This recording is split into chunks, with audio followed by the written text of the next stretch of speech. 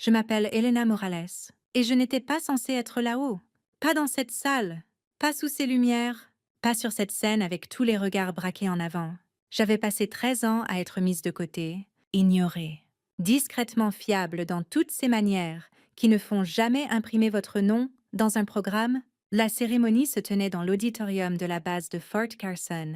Les chaises pliantes étaient remplies de bottes cirées, d'uniformes bleu marine amidonnés, de familles nerveuses avec des tout petits remuants, et de galons si brillants qu'ils accrochèrent la lumière comme un miroir. Je m'étais assise 5 rangs en arrière, les paumes posées sur mes cuisses, le cœur battant d'un rythme régulier mais fort. Sur scène, mon père se tenait derrière le podium, Colonel Richard Morales. Il avait ce genre de présence qui faisait redresser les dos, simplement en étant dans la pièce. Son uniforme était impeccable, les rubans alignés avec une menace discrète, sa voix habituellement calme, nette et absolue.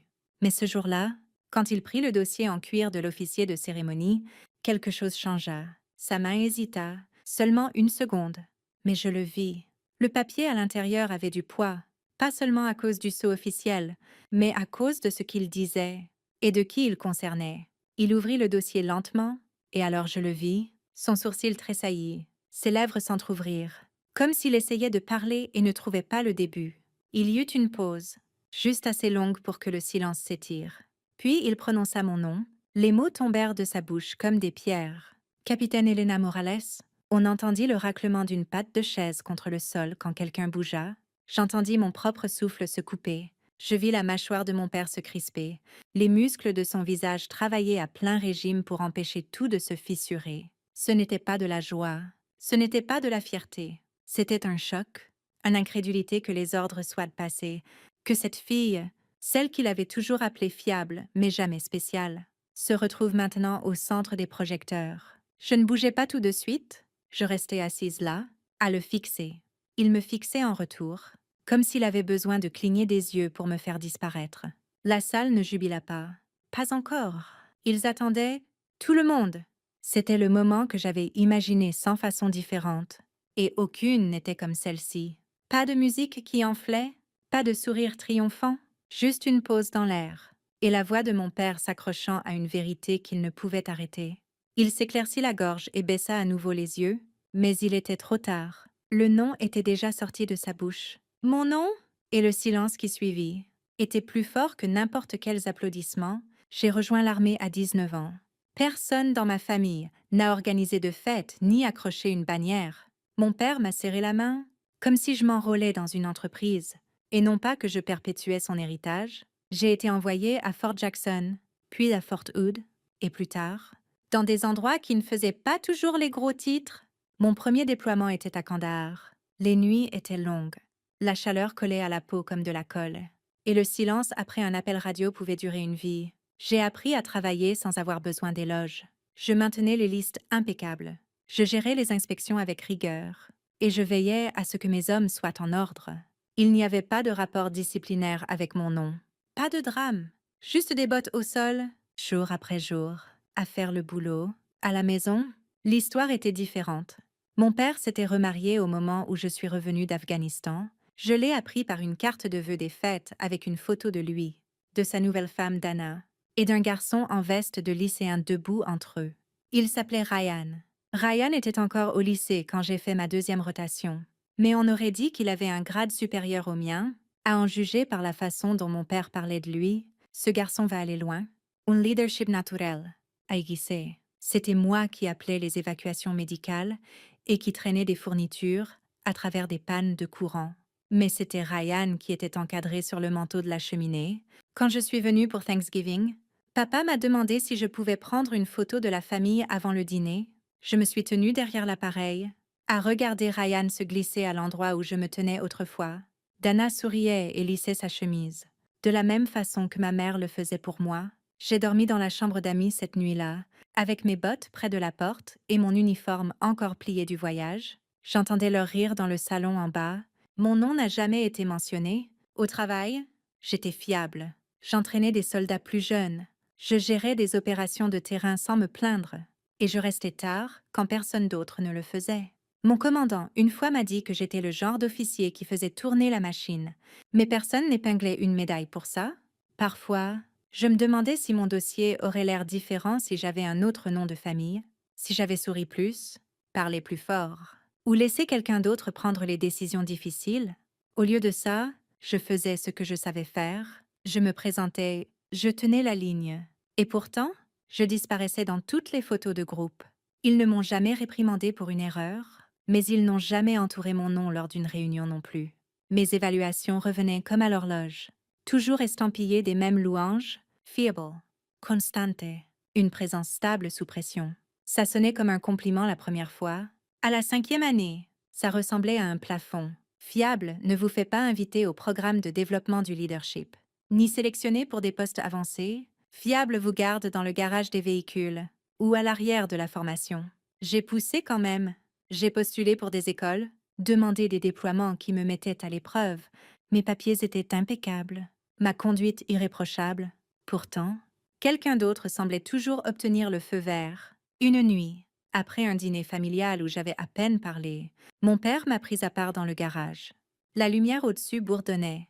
Il me regardait comme un chef d'équipe vérifiant son soldat le moins problématique. « Tu es bonne, Eleanor, mais tu n'es pas sur la voie du commandement. » Sa voix ne tremblait pas, ne fléchissait pas, comme s'il avait fait la paix avec cette vérité il y a longtemps. Je n'ai pas argumenté, je suis restée là, les mains dans le dos, à fixer les taches d'huile sur le béton. À l'intérieur, Dana et Ryan riaient. J'entendais le tintement de la glace dans les verres, l'odeur de steak grillé encore dans l'air. J'ai hoché la tête. Reçu. Mon commandant, de retour à la base, je me suis jetée dans le travail. Première arrivée, dernière partie. J'ai pris l'écart que personne ne voulait. J'ai géré la logistique comme une machine. J'ai arrêté d'attendre que quelqu'un le remarque. Mais tard la nuit, quand les baraquements se taisaient et que les lumières fluorescentes bourdonnaient bas, je me demandais si ça en valait la peine, si rester signifiait quelque chose quand le plafond ne bougeait jamais, si peut-être mon père avait raison. Je ne voulais pas de gloire, je n'avais pas besoin de discours, je voulais juste compter, être vue pour ce que je portais, et comment je le portais. Il y avait des matins où je fixais le miroir, bottes lacées, col impeccable, et me demandais combien de temps je pouvais continuer à me présenter comme ça. La réponse était toujours la même, juste un jour de plus. Puis un de plus après ça. Le sergent Smith ne parlait pas beaucoup, mais quand il le faisait, les gens écoutaient. C'était le genre de sous-officier dont les bottes avaient vu plus de terrain que la carrière entière de la plupart des officiers. Plus âgé que moi d'une décennie, calme de cette façon qui vient d'avoir vu trop de choses, et de ne s'en vanter d'aucune. Il avait été avec moi lors de mon 2e déploiement dans la province de Helmand. Nous travaillions de longues heures côte à côte, à gérer les convois, à maintenir la liste serrée, à réparer l'équipement avec du ruban adhésif et de la pure volonté. Il y avait des nuits où la chaleur rendait tout le monde irritable. Mais Smith ne haussait jamais la voix, sauf si ça comptait. Il me passait du café tiède sans un mot et frappait 3 fois à ma porte avant les contrôles du matin. Je ne demandais pas de nouvelles de sa vie à la maison, et il ne me posait jamais de questions sur la mienne. Mais il y avait une sorte de confiance entre nous qui n'avait pas besoin d'être dite. Je ne savais pas qu'il tenait des registres.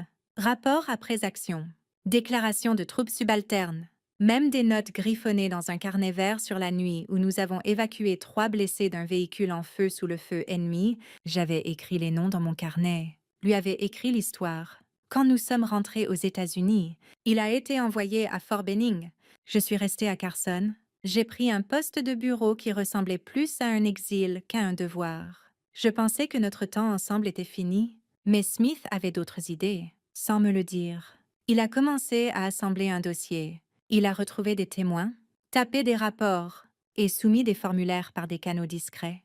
Il connaissait le système, savait comment le garder secret, jusqu'à ce que ça compte. Je n'ai rien vu de tout ça, ni les emails, ni les signatures, ni les citations.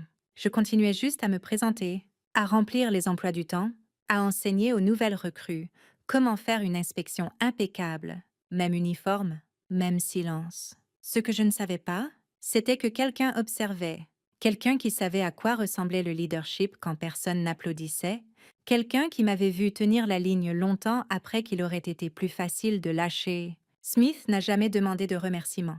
Il n'a pas laissé de notes, mais des mois plus tard, quand tout a changé. J'ai appris que derrière les papiers et les mots polis, il y avait un homme qui se souvenait de chaque pas que j'avais fait quand personne d'autre ne le faisait. Le coup à ma porte est venu juste après 7 heures. Je pensais que c'était une autre mise à jour sur le calendrier d'entraînement, peut-être une question sur le parc de véhicules. Au lieu de ça, c'était le capitaine Davis, mon commandant, debout là avec une enveloppe en craft à la main et un regard étrange dans les yeux. Il ne s'est pas assis. Il l'a juste tendu et a dit mon nom d'un ton neutre, comme s'il ne voulait pas faire basculer le moment trop dans une direction ou une autre. J'ai pris l'enveloppe sans un mot et attendu. La pièce semblait trop petite, la lumière trop vive. Davis a hoché la tête une fois, puis est parti. À l'intérieur, il y avait 2 pages. La première était rigide avec un sceau en relief, le genre qu'il n'utilise que pour les ordres officiels signés en haut, la médaille de commendation de la marine et du corps des Marines, une promotion au grade de major, effective immédiatement. La deuxième page listait qui présenterait la récompense, nom, grade, titre de poste. Mes yeux l'ont scanné 2 fois avant que ça atterrisse. Colonel Richard Morales, l'officier président, mon père. Je me suis adossée à la chaise, mon pouls battait dans mes oreilles. J'ai fixé les mots en les sommant de changer, mais ils ne l'ont pas fait. L'encre tenait bon. Il devrait se tenir au podium et lire mon nom? Pas parce qu'il le voulait, pas parce qu'il l'avait choisi, parce que les papiers étaient passés et que la chaîne de commandement ne lui laissait aucune issue. Je n'étais pas sûre de ce que je ressentais au début. Pas de point victorieux, pas de sourire, juste la réalisation lente que quelque chose avait bougé, que tous ces jours passés en silence, toutes ces nuits enterrées dans des listes et de l'équipement cassé, avaient laissé une marque que quelqu'un ne pouvait enfin plus ignorer. J'imaginais son visage quand il verrait le nom, la pose, le souffle, la façon dont l'air se coincerait au fond de sa gorge quand ça le frapperait enfin. Ça me faisait presque de la peine pour lui. Presque. J'ai rangé l'enveloppe dans mon tiroir, l'ai fermée doucement et posé mes mains sur le bord du bureau. Pour la première fois depuis des années, je ressentais quelque chose proche de l'équilibre. Pas de vengeance, pas de vantardise, juste l'attente. Enfin revenue à sa place légitime, je me suis glissée dans le théâtre 15 minutes en avance, et j'ai pris un siège à mi-chemin en arrière, côté droit de l'allée. Personne ne m'a remarqué. Ils étaient trop occupés à ajuster leurs médailles, à chuchoter sur les programmes, et à calmer les enfants avec des jus de fruits et des regards fermes. L'air sentait la cire pour sol et trop de parfum, le mélange de nerfs et de cérémonie. La pièce était parée pour la fierté, drapeau en couleurs vives, rangée de chaises droites et impitoyables. Devant, la scène brillait sous des lumières crues, le podium centré comme une chaire. Derrière, les galonnés rassemblés en rang net, chaussures cirées plantées, épaules carrées. Je l'ai vu avant qu'il me voie. Mon père se tenait juste hors scène, mains croisées dans le dos, en train de parler à un officier subalterne. Il avait l'air à l'aise. Préparé? Comme si rien de cette journée ne pouvait le surprendre. Dana était assise au 3e rang, son chemisier impeccable, son sourire déjà épinglé en place, Ryan à côté d'elle, posture fière mais décontractée, comme un garçon élevé pour s'attendre au projecteur. Son nom était imprimé 2 fois dans le programme, le mien n'y figurait pas du tout. La cérémonie a commencé avec les couleurs et l'hymne, bottes frappant en rythme, voix accrochant le plafond bas. Je n'ai pas chanté, je me suis juste contentée de respirer, de compter les secondes entre les couplets, de laisser mon cœur ralentir à quelque chose de gérable. Quand mon père est monté au podium, tout dans la pièce s'est tendu. Il a pris le dossier à 2 mains, hochant la tête vers le maître de cérémonie. Ses doigts bougeaient par habitude musculaire. Ouvrir le sceau, trouver la page, prononcer les lignes. Puis c'est arrivé, il a baissé les yeux et son corps s'est raidi, sa main s'est arrêtée, a grippé le bord du dossier, juste un peu trop fort. Le silence s'est étiré. Pas longtemps, juste assez pour que chaque oreille entraînée dans la pièce enregistre que quelque chose avait mal tourné. Il a cligné des yeux, 1 fois, 2 fois, la page ne changeait pas. Ses yeux l'ont rescanné, plus lentement maintenant, comme si les lettres pouvaient se réarranger en quelque chose de plus acceptable. Elles ne l'ont pas fait. Quelqu'un s'est éclairci la gorge au 2e rang. Dana a bougé. Ryan s'est redressé, comme s'il s'attendait à être appelé ensuite. Mais mon père n'a rien dit. Puis, à peine au-dessus d'un murmure, il a articulé les mots. J'ai vu ses lèvres bouger, pas de son parvenu au micro. Quand il a parlé à nouveau, C'était juste assez fort pour porter 3 mots. Tendus. Avec incrédulité. Vous devez plaisanter? Murmura l'auditoire. Une vague à travers les uniformes repassés et les programmes pliés. Des têtes se sont tournées. Je n'ai pas bougé. J'ai gardé les yeux sur le podium. Dos droit, mentons levés. J'avais attendu 13 ans pour ce silence précis. Il a réessayé, cette fois avec moins de force. Sa voix s'est brisée au bord. Le nom a quitté sa bouche comme une pierre lancée en montée. Capitaine Elena Morales. Une pause. Inspiration brusque. Puis rien. Pas d'applaudissements, pas de mouvement. Juste le poids d'une centaine de personnes réalisant ce qu'il venait de dire. Et moi, au milieu du rang, fiable comme toujours. Je me suis levée lentement. Mes genoux n'ont pas tremblé. J'avais marché à travers pire qu'une pièce silencieuse pleine de gens qui ne s'attendaient jamais à entendre mon nom. Les allées semblaient plus longues que dans mon souvenir. Tapis étouffant chaque pas. J'ai gardé les yeux en avant, mâchoire verrouillée, souffle mesuré.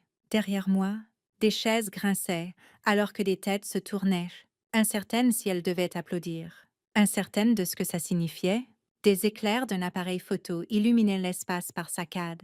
Blanc contre le bleu marine et les galons. J'ai vu le visage de Dana se figer à mi-expression. Ryan a regardé le sol. Mon père s'est redressé, yeux de retour sur la page, voix tendue et coupante. Il ne m'a pas regardé quand j'ai atteint la scène.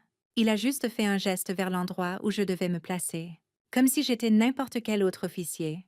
Pas sa fille. Sa main bougeait par routine, épinglant le métal à mon uniforme sans toucher la peau, juste métal contre tissu. Du fond de la salle, quelqu'un a commencé à applaudir, lent, ferme. Le son de vieille paume avec rien à prouver. Les vétérans de la VFW s'étaient levés. Leurs applaudissements ont brisé le sort. Les marines sont suivies. Pas fort, pas sauvage, juste honnête. Le genre de son qui signifie quelque chose. Parce qu'il venait sans instruction, je n'ai pas souri. Je n'en avais pas besoin.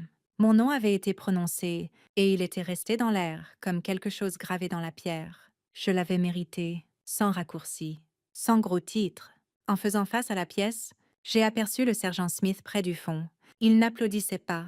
Il a juste hoché la tête une fois, comme s'il savait que le travail avait enfin atterri là où il appartenait. Mon père s'est écarté. Pas de poignée de main, pas de mots en plus. Juste un changement de posture qui disait que le moment était fini. Mais pour moi, il ne faisait que commencer. Le lendemain matin, la base avait exactement la même allure. Le drapeau se levait à l'aube. L'air gardait encore cette morsure aiguisée d'huile de moteur et de poussière. Pas de défilé, pas de discours, juste la routine. Je me suis présentée tôt, comme toujours. J'ai vérifié le journal du garage des véhicules. J'ai signé les fournitures. J'ai répondu à 2 questions sur un retard de pièces. Ma boîte de réception était pleine des mêmes mots de tête qu'il y avait toujours. Rien n'avait changé. Pas sur le papier, mais en traversant le parking vers le bureau, quelque chose a bougé dans le silence. Un caporal que je connaissais à peine a hoché la tête une fois en me croisant. Un sergent-chef que j'avais formé 3 ans plus tôt a redressé sa posture juste un peu quand je l'ai regardé. Personne n'a dit félicitations. Ce n'était pas comme ça que ce monde fonctionnait. Mais les regards s'attardaient plus longtemps. Les visages s'adoucissaient. Ce n'était pas dramatique. C'était quelque chose de plus discret, de la reconnaissance, sans fanfare. Plus tard ce jour-là, je suis passée près de l'aile administrative et j'ai vu mon père dans son bureau. Il ne m'a pas fait signe d'entrer, mais il a levé les yeux. Nos regards se sont croisés une seconde. Cette seconde en disait plus que n'importe quelle médaille. Il n'a pas souri, mais il n'a pas détourné les yeux. Il a levé son café dans ma direction, juste quelques centimètres du bureau. J'ai répondu d'un hochement de tête et continué à marcher. Nous n'avions pas besoin de parler. C'était suffisant. Juste avant d'atteindre la fin du couloir, j'ai entendu des bottes derrière moi. Je me suis retournée au moment où l'un des jeunes Marines d'une autre unité ralentissait son pas. Nous n'avions jamais parlé. Je n'étais même pas sûre qu'il connaissait mon nom 1 semaine plus tôt.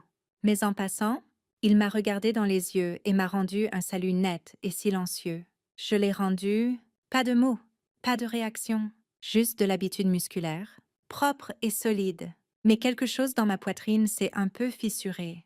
Pas de douleur, de libération. Ce salut en disait plus que mon père n'en avait jamais dit. Il disait qu'il m'avait vu avant le podium, avant la médaille. Tout ce que je faisais, c'était le travail. Le respect n'est pas donné, pas vraiment. Ce n'est pas quelque chose dans quoi on est ou qu'on reçoit par le grade. On le gagne de la même façon qu'on gagne tout ce qui dure, discrètement, répétitivement, jour après jour. Alors je suis retournée au travail. Même bottes, même col, même rythme. Mais quelque chose dans le sol semblait différent sous mes pieds.